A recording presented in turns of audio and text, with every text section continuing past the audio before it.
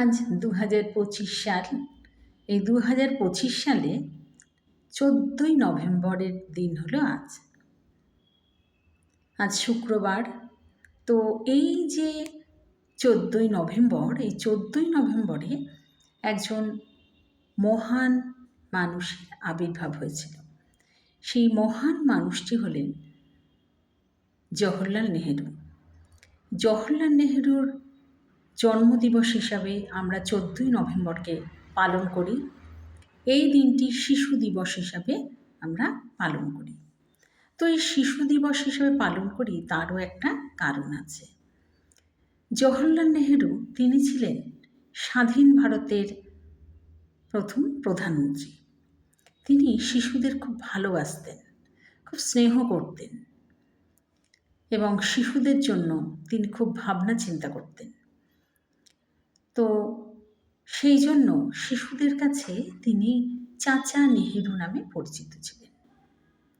তো শিশুদের স্নেহ, শিশুদের ভালোবাসা, এই সমস্ত তার কাছে খুব মহান হিসাবে এটি তিনি দেখতেন। তো এই জন্য যে শিশুদের জন্য কিছু তৈরি করা, অর্থাৎ তাদের জন্য পঠন পাঠন তৈরি করা, পঠন পাঠনের জন্য একটু স্কুল তৈরি করা, তাদের একটু খেলাধুলার আয়োজন করা, এই ধরনের জিনিসগুলো কিন্তু এই জওহরলাল নেহেরু তিনি তার চিন্তাভাবনার থেকে স্কুল টুলগুলো স্থাপন করেন।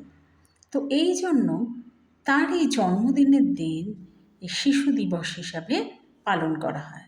অর্থাৎ 14ই নভেম্বর জওহরলাল নেহেরুর জন্মদিনের দিন এই শিশু দিবস হিসাবে কিন্তু পালন করা হয়। তাই প্রতিটা স্কুলে এবং প্রতিটা স্কুল কলেজে, অর্থাৎ 14 বছরের নিচে যে সমস্ত শিশু, তাদেরই তো আমরা শিশু বলি, তো এই সমস্ত শিশুদের কিন্তু এই দিনটি কিন্তু একটু পালন করা হয়। তো বিভিন্ন স্কুলে এই নাচ, গান, আবৃত্তি, অঙ্কন এইসবের মাধ্যমে কিন্তু এই শিশু দিবসটি পালন করা হয়। তো আজও এই 25 অর্থাৎ 2025 সালের 14ই নভেম্বর, আজও এই দিনটি শিশু দিবস হিসাবে প্রতিটি স্কুলে পালিত হচ্ছে। তাই জওহরলাল নেহেরুর এই জন্মদিনটিকে আমরা শিশু দিবস হিসাবে প্রতি বছর পালন করে থাকি।